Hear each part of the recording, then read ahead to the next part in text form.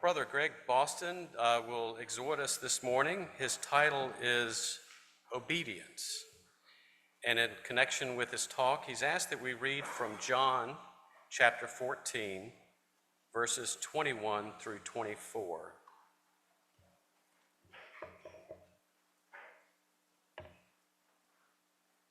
It's John 14, 21 through 24.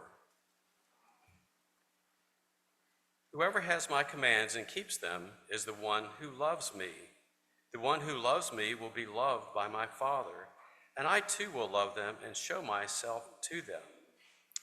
Then Judas, not Judas Iscariot, said, "But Lord, why do you intend to show yourself to us and not to the world?"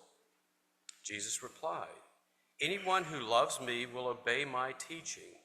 My Father will love them, and we will come to them and make our home with them. Anyone who does not love me will not obey my teaching. These words you hear are not my own. They belong to the Father who sent me."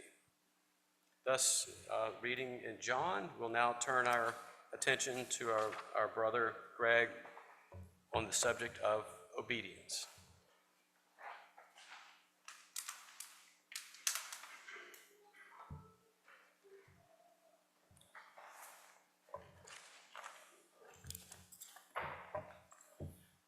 Thank you, Robert. Good morning, everyone. I've mentioned before that in preparing my exhortations, I try to consider the vast age span in our audience. Well, I have very young children I'm exhorting to, and young adults, and young married couples, and folks my age, and folks older than me. And so I hope that my remarks this morning, that all of you can gain something from them and be strengthened. And as Brother Robert said in his prayer, I hope that it is uplifting for you. And so I chose the subject of obedience, as we are all instructed to obey, and we are all to obey, specifically God's commands. And so I got on this subject matter because recently I've been listening to some lectures given by a famous, some consider him the world's greatest investor, a man by the name of Warren Buffett.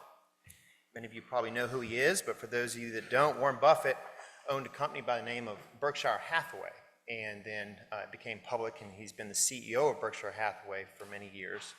And it's a very large holding company.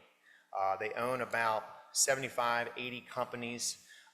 They own such companies as Geico and Duracell, Heinz, Dairy Queen, and on top of that, they have very large investment holdings in companies.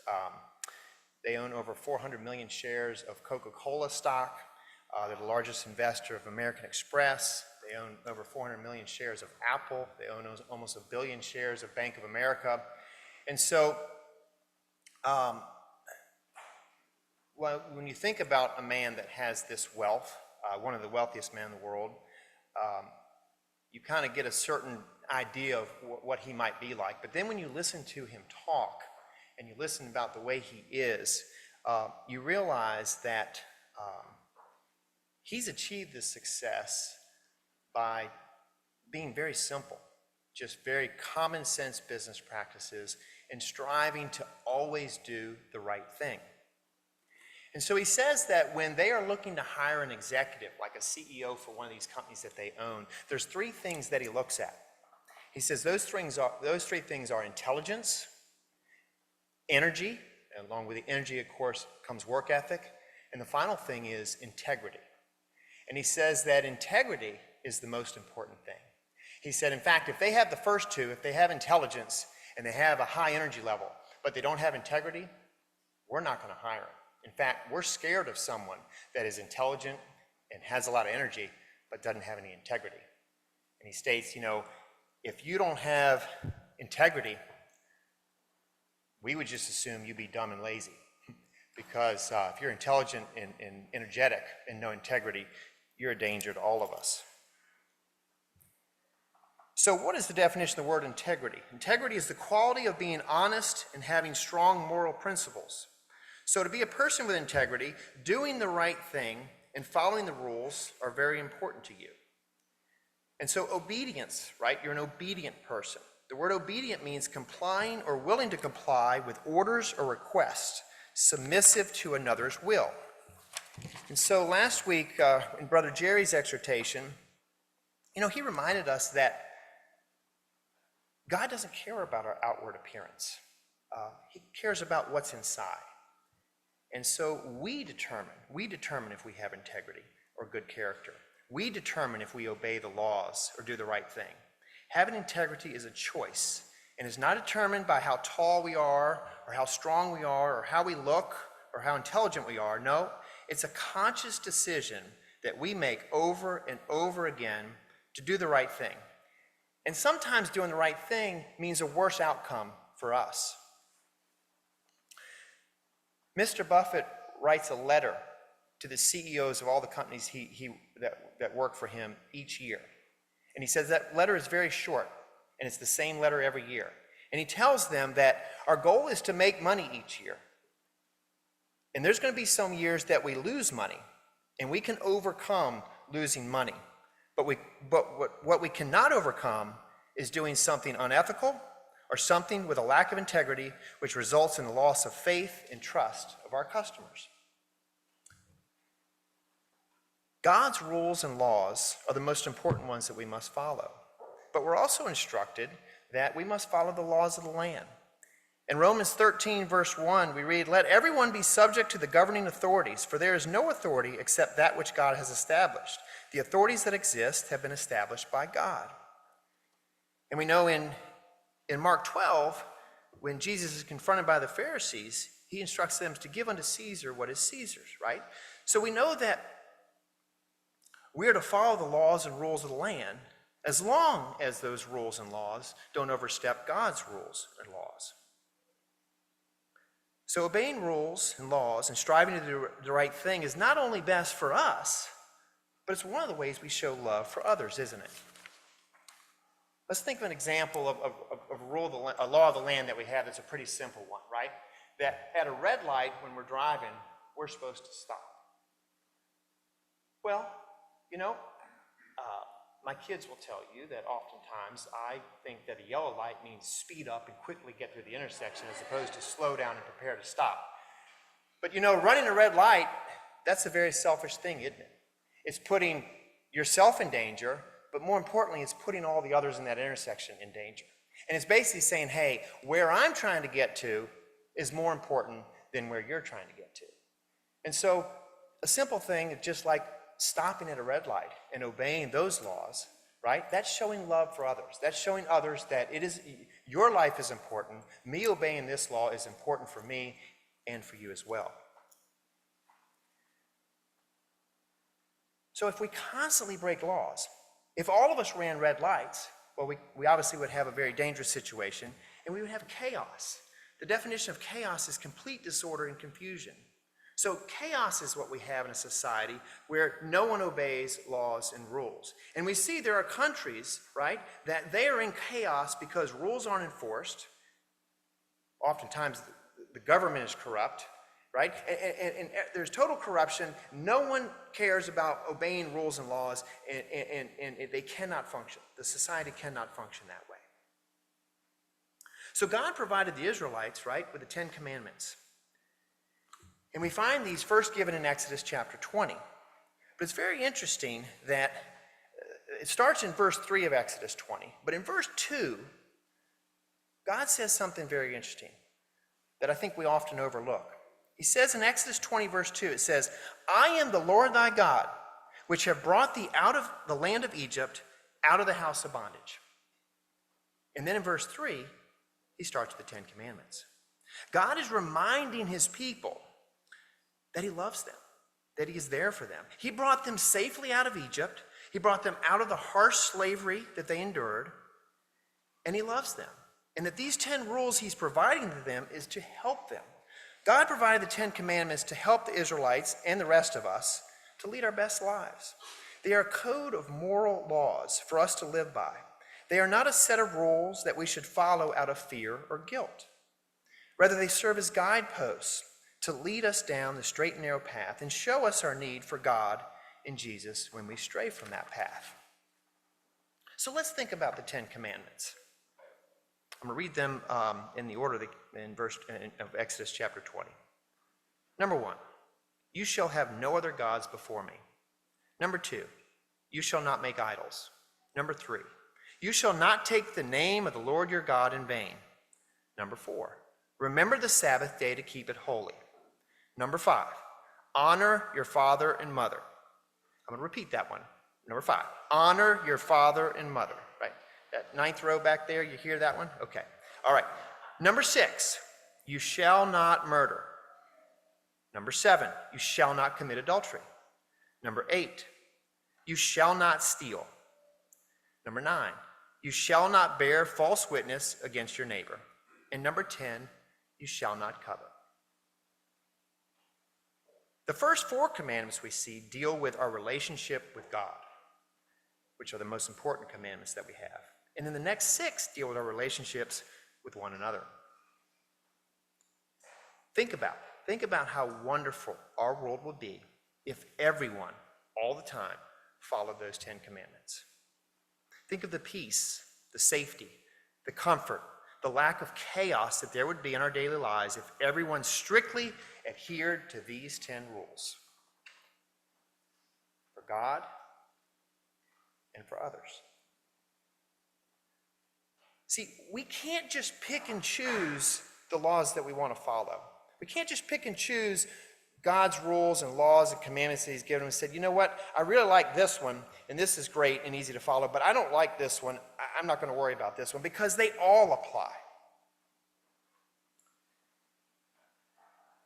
And it's not about making God's rules and laws fit our life, but making our life fit God's rules and laws. So the Bible says a lot. God tells us a lot about obedience and the importance of obedience. And the first thing he says is, the most important thing is that we are obedient to God's commands. God makes this very clear. Exodus 19, verse 5. I've got a lot of verses to read today, so I have them. I'm going to read them. I'll give you the verse if you want to write it down, but I'm not going to be taking the time to look them up because of the amount of verses I want to read. But Exodus 19:5. Now therefore, if ye will obey my voice indeed, and keep my covenant, then ye shall be a peculiar treasure unto me above all people, for all the earth is mine. And then in Deuteronomy chapter 11, starting in verse 26. Behold, I set before you this day a blessing and a curse. A blessing if you obey the commands of the Lord your God, which I command you this day, and a curse if you will not obey the commands of the Lord your God. But turn aside out of the way which I command you this day, go after other gods which ye have not known. Jeremiah 7, verse 23.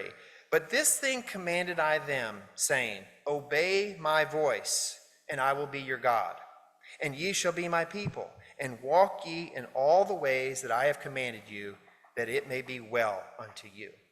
So God made it very clear. Obedience is important. Obedience is of utmost importance in serving God. God blesses obedience. Genesis 22, verse 18, to Abraham.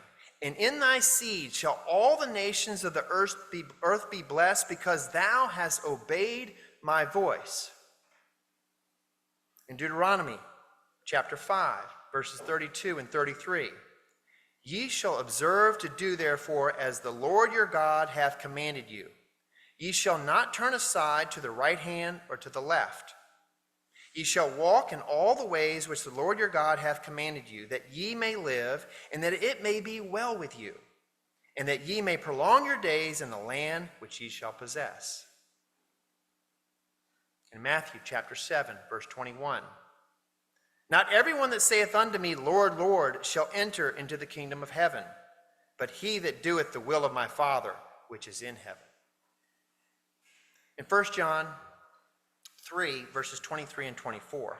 And this is his commandment, that we should believe on the name of his Son, Jesus Christ, and love one another as he gave us commandment. And he that keepeth his commandments dwelleth in him, and he in him. And hereby we know that he abideth in us by the Spirit which he hath given us. And God gives us plenty of examples in Scripture about him blessing obedience, right? We saw with Abraham, we know with Noah and Noah's family. Noah's family was blessed and saved because of Noah's obedience. And we know with Daniel. Daniel disobeyed a law of the land that overstepped God's laws, and God blessed him. God saved him from the mouths of the lions. Jesus calls us to obey. Jesus tells us in John 14:15, if ye love me, keep my commandments.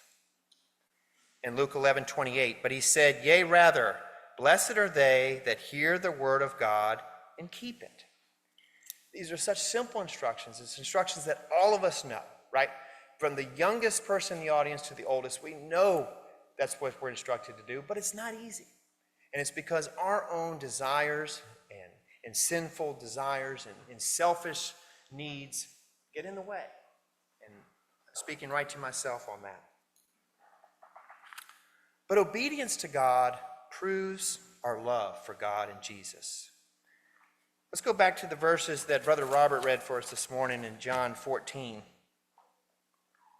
starting at verse 21. He that hath my commandments and keepeth them, he it is that loveth me. And he that loveth me shall be loved of my Father, and I will love him, and will manifest myself to him.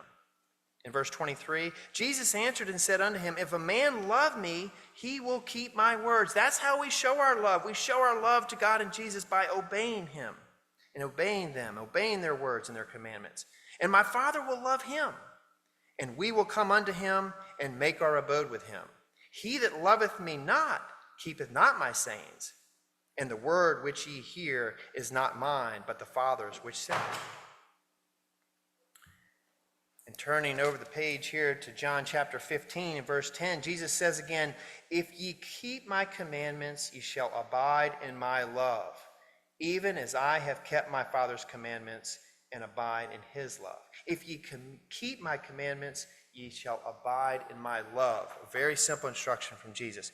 And then I'd like to turn over to 1 John. 1 John, I'm going to read from chapter 5 of 1 John.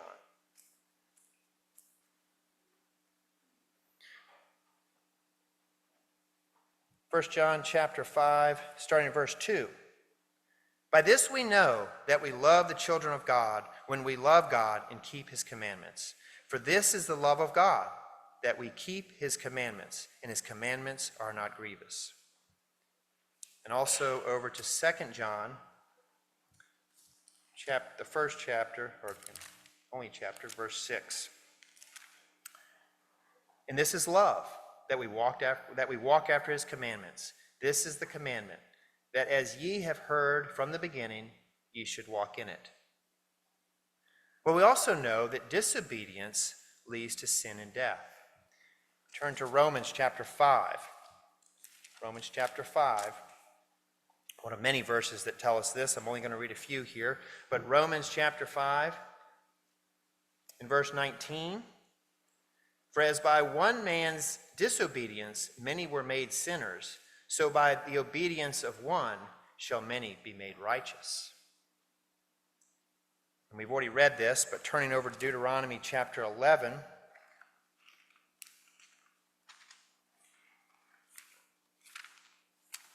Deuteronomy chapter 11 and verse 26. Because in this chapter we see where we're blessed for obedience and God despises disobedience. Deuteronomy 11:26. Behold, I set before you this day a blessing and a curse. A blessing if ye obey the commandments of the Lord your God, which I commanded you this day, and a curse if ye will not obey the commandments of the Lord your God. But turn aside out of the way in which I commanded you this day, to go after other gods which ye have not known. Right? It's very clear. We are cursed if we will not obey God's commandments. And so one of the things that Warren Buffett talks about is that he doesn't listen to what everybody else says. He says if he goes to a neighborhood barbecue and people are talking about a particular stock that they're all excited about, that they've made a lot of money on, he doesn't necessarily get excited about it. He doesn't listen to it. If he doesn't know it, if it's not under his circle of competence, then he's not interested in it. He stays the course. He doesn't allow all the things going on around him to influence the decisions that he makes. And so we can apply that to our lives, right? We think about today. We have so many things going on in our world today that we're bombarded with that they're trying to change the rules and the laws.